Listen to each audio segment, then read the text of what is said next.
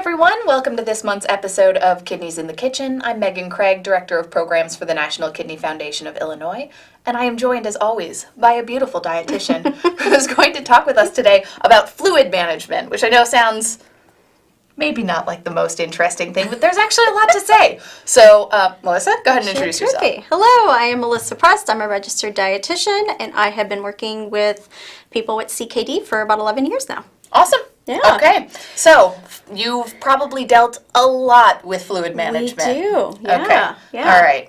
So, for sure, especially in the summer. The summer is always hot. It's hard to control fluid because you're just, as the patients always tell me, I'm hot, I want to drink, it feels good. So it's definitely always a concern and something we talk a lot about.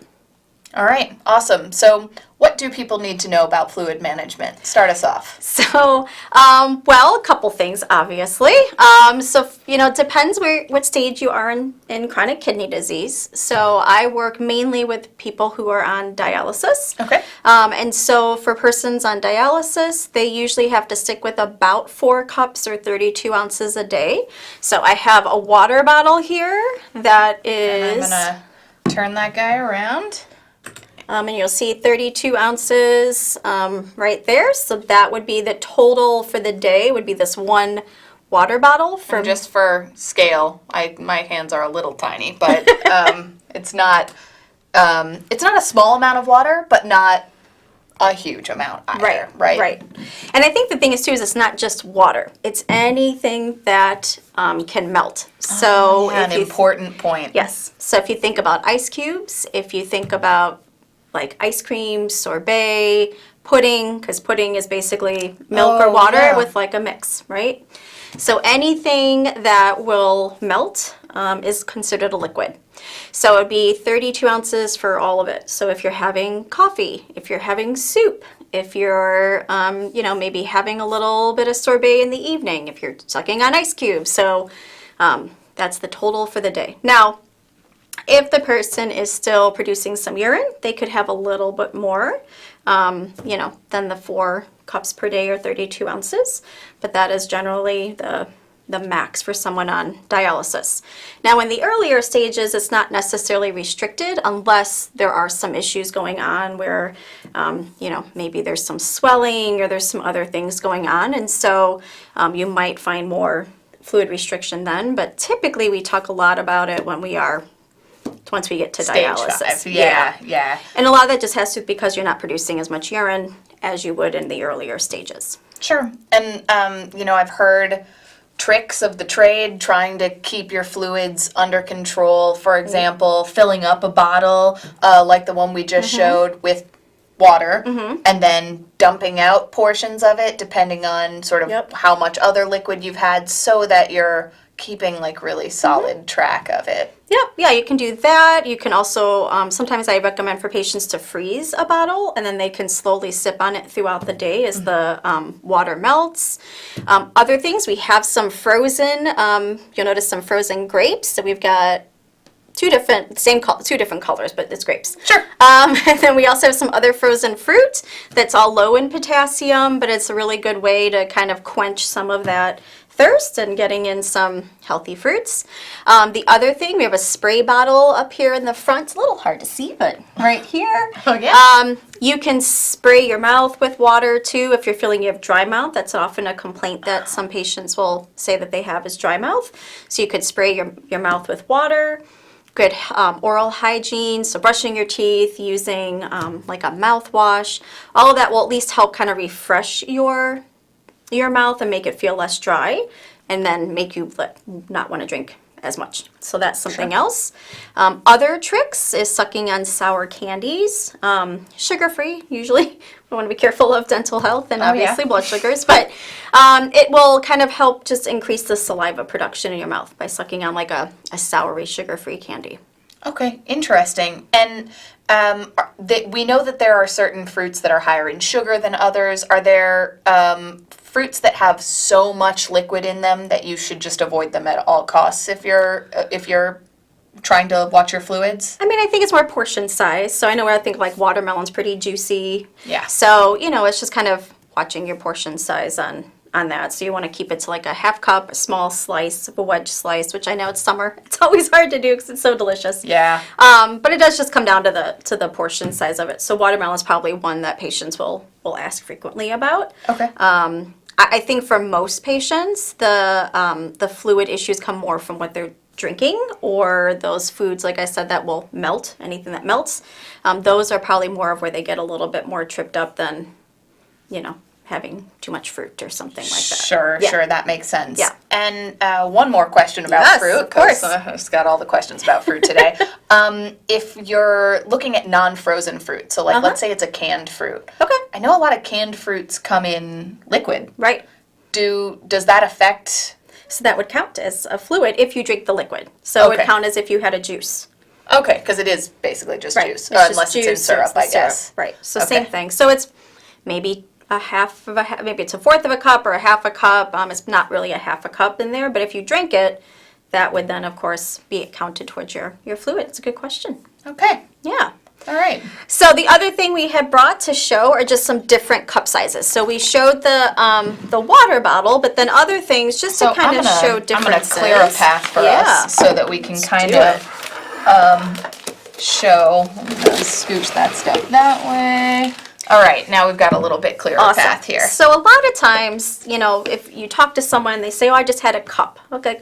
Well, what's the cup? You got to think of what the size of the cup is.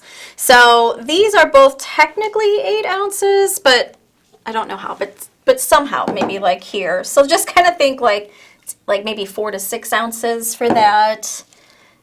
That's closer to 8, but it might be over. But those might be smaller of your cups. Oh, I'm sorry. I apologize. Good.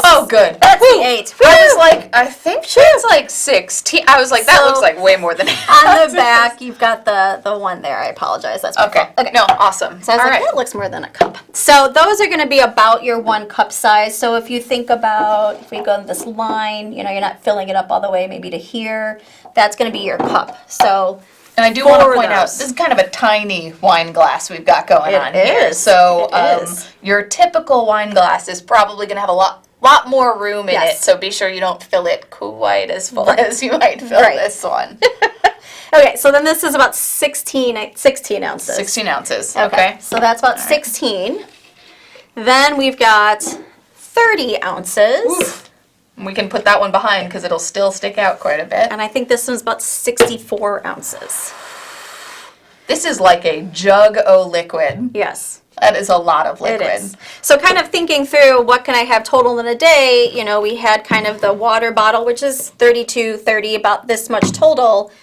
If you're drinking this, you've already had over, and if you have more than that, you have over that. Way over. Way over that. Way over. And part of the reason why we're so concerned about fluid, is it puts extra strain on your heart makes it harder for it to pump and work harder. You can obviously have swelling, and then if you are on dialysis, a lot of times patients may feel cramping as we're trying to pull the fluid from them. And so if you have too much fluid on, too much water weight on, it's going to increase that chance of having those cramps. Those bad side effects that you Right, can get right. while you're on dialysis. Yep. And does it increase your time on dialysis as It well? could. We may ask a patient to stay longer or come in for an extra treatment to get that fluid off. It may also affect blood pressure. So it's just really, it's important to control your fluids. Even though it is kind of a pain in the butt when you're really thirsty, it is important. Other things that cause you to be thirsty is too much salt and actually sugar. So if you are eating a lot of sugary foods, that will also increase your thirst, especially if you are someone that has diabetes and your blood sugars are too high or not well controlled, you will also feel thirsty from that too. I didn't realize salt, yes. Yeah. I knew that. But Yeah. but the sugar, I didn't know that would. A lot of sugar. Like so. Sitting and eating lots and lots of sugar. But yeah, it can. So it can also kind of increase your thirst as well. So that's why those sugar-free candies are the way to go. Right, sugar-free way to go, yeah. And we do work a lot with patients and thinking about herbal seasonings, non-salt way to, garlic or the peppers, other types of just dried herbs or fresh herbs. Sure. To season food as opposed to relying on the salt or the, like a garlic salt or something like that, just looking for ways to cut out your salt. And actually, the highest salt in our food supply is in breads and cereals. Really? Yep. Okay. Yeah, so trying to choose lower sodium breads and cereals will actually help decrease the salt. Because if you kind of think of how much we add, we maybe have 2 to 3% as well, like added to cooking. But then, you look down at like 40-50% comes from like our breads and cereals. So, And in the grocery store, would I be able to find like low salt yeah. bread? Yep. Yeah. Okay. So, kind of looking at the different food labels, you can kind of see the different types of salt content in the bread. And then also sometimes they have breads in the freezer sections. They're a little bit pricier, but sometimes those do have lower sodium, or just making it at home as well. Is there a certain, if you're looking at a nutrition label, Mm-hmm. is there a certain salt level that's just that, avoid that? This salt level is too high? I usually like to have patients look at the percent column. So if we can take a look at one of those. One of these? One Does of those. anything have salt? I don't know. Well, just to kind of, so I we can kind of see show it. you. Yeah, of course. Okay. Okay, so I kind of just say, let's look at this percent column here. So, so for instance, with this one, it has 2 grams if you ate the entire container of total fat. So obviously not much as blueberries. Okay. So that's 3%. So anything that's 5% or less is a lower source of a food product for that. If you see something that's over 20, that's going to be a really high source. So this one is 33% of fiber. So it has 9 grams of fiber, it's 33%, so it's a high source of fiber. So everything has that. So if you look at, obviously there's no sodium in it, so it's 0%, so that's great. But in general, I just encourage people to kind of look here and do the lowest percentage possible to kind of make sure they keep it low. Sure. And of course, there are going to be certain foods we know are going to be loaded with sodium, Right. like chips Yep. and things like that. And some of like the frozen dinners, soups, Oh, for yes, sure. yeah. Especially if you find a soup that has, they'll use a salt substitute. So not necessarily the sodium might be low, but then the potassium's high.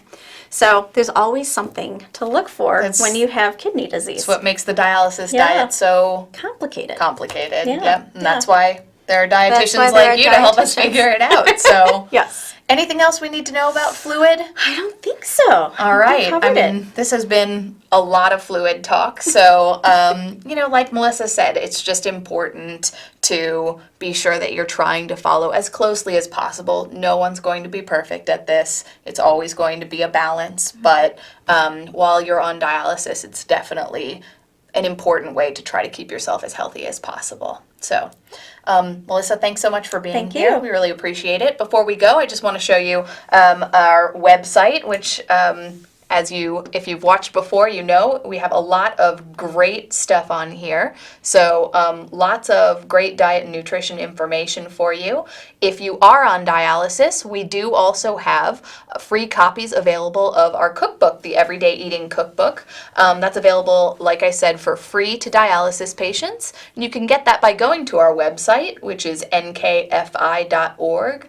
That's NKFI, like National Kidney Foundation Illinois.org, or by calling us at 312-321-1500. So thanks again, Melissa. We'll see you all next time.